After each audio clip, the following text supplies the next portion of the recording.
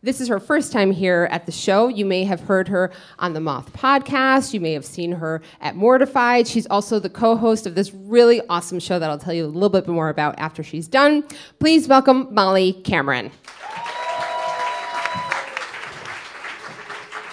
A few months after I graduated college, I decided to move to London because I didn't know what to do with my life. And London just sounded fancy and fun. And within a month, I was working 2 jobs because London is fancy and expensive. I was often working every day of the week. I worked as an usher at the London Palladium Theatre, weeknights and Saturdays. And then I worked as a customer services advisor at Liberty London Department Store during the day and then on Sundays. It was insane. I was exhausted all the time, but also I was 22. It was my first time living in a big city, and like nothing tying me down. It was really fun. And I loved my job at the London Palladium because everyone who worked with me was just like me. They were wannabe actors who like couldn't get a job as an actor, so they would just be adjacent to an actor and be like, I can sort of feel the vibe of living this actor life, except I wear a worse uniform. But it was still really fun, and every night there was just like joyful and silly and crazy. But then I would go to Liberty and just felt like a total outsider. Not sure if you're familiar with Liberty, but it's an old school London department store. They're very famous for their Liberty print. Hoity-toity, that's a perfect way to describe it, yes. Very fancy. And like everyone there, even everyone who worked there, just looked flawless. And the dress code was black and white, but I soon learned it was more like 80% black with like a tasteful touch of white. Like you could wear a nice white scarf or a necklace. Or if you were very fancy, if you owned anything Liberty print, you could wear Liberty print. So it seemed like it should be very easy to get dressed every day, just wear all black. But I would show up and it was like, my black is not as good as their black. I don't know. Is it because I got it at H&M? I don't know what I'm doing wrong. And even my own department, like customer services is kind of the lowest tier of a department store. We're literally in the basement. But even everyone there just seemed just so polished and perfect, and I never knew how to talk to them. There was one guy in my department who wore a Liberty print shirt every day, and he talked to customers in the third person.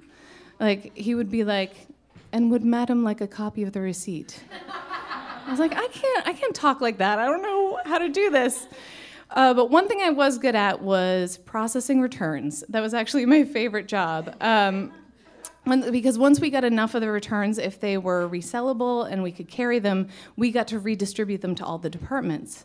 And this one girl I worked with all the time, Olivia, she was like, I would rather just stay at the desk. You can do it. So my manager, Sam, would always give me the returns to like walk around and redistribute.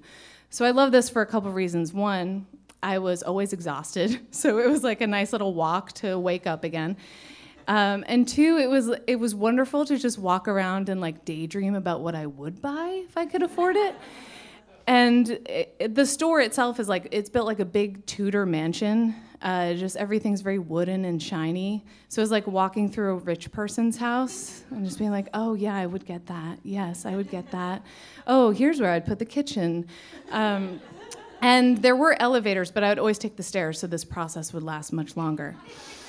So one day I'm like going through my little returns journey. I had just dropped everything off, and I'm going down the stairs, going back to the basement, and just sort of thinking about this beautiful dress I had seen and how it was thousands of dollars, but it was one of those things like, if I bought that dress, I bet I would magically be that person who knows how to wear everything with it and just always has perfect hair and has the perfect shade of black, and like, oh, I wish I could live in this world.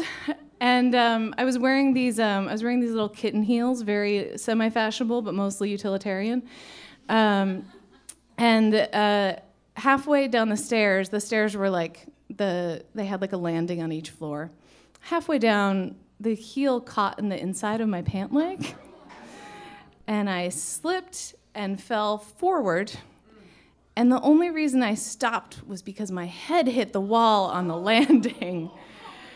And you know in cartoons when stars float around their head? It's real, you guys. It was like my head hit, and I just saw total black, and then it slowly opened up, and there was like glitter around the edges. And I'm sort of in this stunned space, and to my horror, I realized a customer's been coming up the stairs and saw the whole thing. And she was like, "Oh my God, are you okay? I just saw that." And I didn't know if I was okay, but I was like, "Be cool, be cool." I was like, "Yeah, I'm fine." That's weird, right? Anyway, walked into the basement, and I go down to the office, and my coworker Sam, my manager Sam, my coworker Olivia, they're there. And before they can even say anything about like why my hair is a mess and I'm all flushed, I decided to just play it off like it's hilarious. And I was like, "You guys, you wouldn't believe what happened, right?" So I'm walking down the stairs and I fell, and a customer saw me, and I hit my head real hard. I'm just laughing. And then like a light switch, I start crying. I don't know if it was like the impact finally hit me, or the exhaustion of working 7 days a week, or the anxiety of not knowing how to talk to these people, but I was just like, and I tried hard to backpedal. I could feel it. I was like, "No, this was a funny story," but I'd crossed this line of emergency, and there was no going back. And Olivia kind of looks at Sam like, "Oh my God, brain damage," and Sam just kind of stares off into the distance like, "Oh my God, lawsuit." So she gets an ice pack, and she sends me with Olivia into a black cab to go to the hospital. And so we get to the hospital, we get to the emergency room, or as they call it, casualty, which is like the most British term I've ever heard, because it not only makes it sound fancy, but it makes it sound less severe. Like, I think of somebody getting a stab wound, and they're like, "Oh, a stab wound, let's pop over to casualty." But I did not have a stab wound. So I was waiting there for about 2 hours with this ice pack. And in that time, I finally got to like talk to Olivia and get to know her. And I was so delighted to learn, like, not only did she swear like a sailor when she was away from the desk, but she also bought her black clothes at H&M. And I was like, why have we not talked about this? And like caught up on all this gossip. And when I finally got to see the doctor, it turns out I did not have a concussion, as they feared. Did not have any brain trauma, but he did still consider it a head injury. So he gave me a very nicely worded pamphlet about head trauma. And he said that my roommates should check on me in the morning just in case I fall unconscious in the night. That was very soothing. So Olivia made sure I got home safely. I did not fall unconscious in the night, except like the normal sleeping way. But the next day I was so nervous to go back to work. I was like, "That's the most embarrassing thing I've ever done. I'm never gonna win over these people," but had to go to work. So I arrive, and the story of my fall and the bipolar performance that followed is like the talk of the department.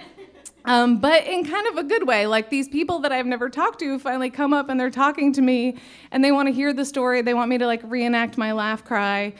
But they also start telling me their own experiences of like crazy things that have happened and dumb things they've done. And I think it's like we worked in this place where we're so used to seeing what looks like walking mannequins all the time, this perfect atmosphere. And I did something so human that it broke the ice. And I feel like if you're having trouble getting along with coworkers or trying to bond with your coworkers, I'm not saying you should fall down the stairs, but it doesn't hurt to humiliate yourself just a little bit. Thank you, guys.